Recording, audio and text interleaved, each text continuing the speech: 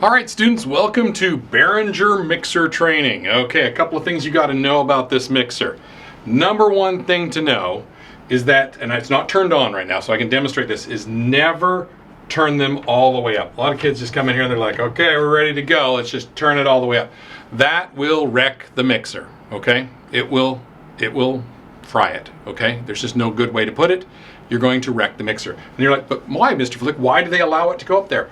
Well, because sometimes in very unique situations you might need to bump into that area, and especially if you were controlling the levels outside the mixer, you could go up there that high.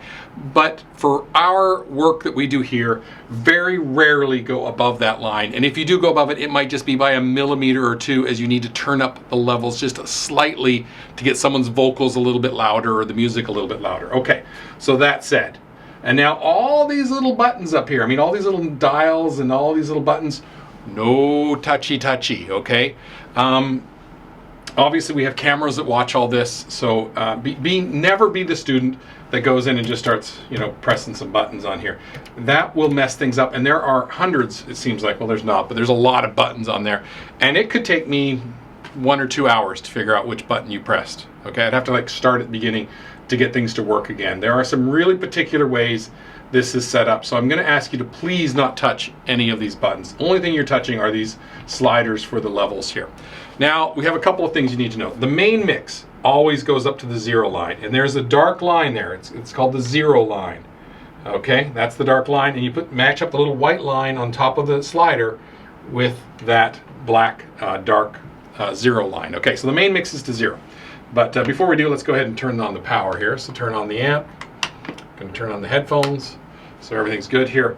Okay, so main mix goes to 0, and if I was to record something off of a microphone, depending on which one they're in, the microphone 1 or microphone 2, I would turn that up to 0 as well. Get some levels, get them to do some singing into it, and then I will adjust that accordingly, okay? And then we have some music coming in here as well, and that can be turned up to the 0 level, and we have the ability to plug in other things here. But that's really what you need to know, is that a mixer is just that. It mixes all the different inputs into good levels. That's what a good sound engineer can do, is they're adjusting all those levels. Now, the lights here. I'm going to bring the camera in and zoom in because I want to show you the important thing about these lights, okay? Okay, so I have some music being played from the iPad over there. I'm just going to turn up the main mix to 0. I'm going to turn the music up here. Okay, now do you see the music start to go there? Okay, that is way too low. I need the music to be bumping into the yellow lights up here, but it's just so low, I can't get it. So I think something must be wrong with the iPad. Let me go check the iPad to make sure that someone hasn't turned down the levels on the iPad. There we go. Now I'm turning up the iPad. Okay, let me just turn down these. I can kind of hear the headphones over here. Okay, so music is still playing. I'm going to turn it up a bit. Now there are, of course, low parts to song and loud parts to song. But just as long as you were kind of, again, I'm sneaking it above that 0 line because some songs are recorded softer, just until I start to see some yellow lights here. There we go. Okay, so just as I start to see yellow lights, that's when I back away. Okay, so that's good. Now I'm going to go over and go to a microphone and show you the exact same thing. So let me just turn off the music. Lights go away. I'm going to turn up microphone number 1 and do a quick little check in that as well. Get out of my chair, walk over here to the microphone, and testing 1, 2, 3, 4. Check 1, 2. 1, 2, 3, 4. Okay, looks like I could bump that up just a little above the 0 line as well, because I'm going to be singing. Okay, so again, I'm going to come in here and bump that up a little above the 0 line.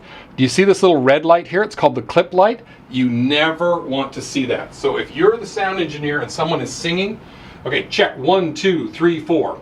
Okay, now I'm going to sing really loud, or going to say something really loud, so you see the clip light comes on.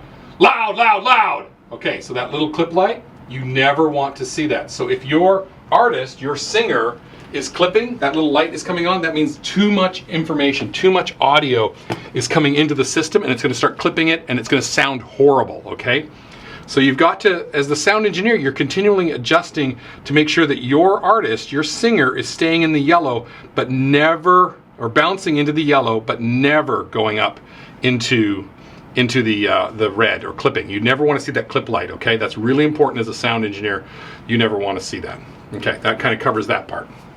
Okay, and the next thing I need to show you are these little guys right here. These are the volume controls for the headphones, and in the other studios they might be over by the mixer. Okay, so I'm going to grab a headphone here. I've got headphones number 2, and now if I was listening to music in there and I'm like, whoa, it's just the music's way too loud, do I go over to the switcher to turn it down? No, because the sound engineer has actually adjusted the vocals and the music to be at the perfect levels. So if it's too loud in your headphones, just turn down your headphones, okay?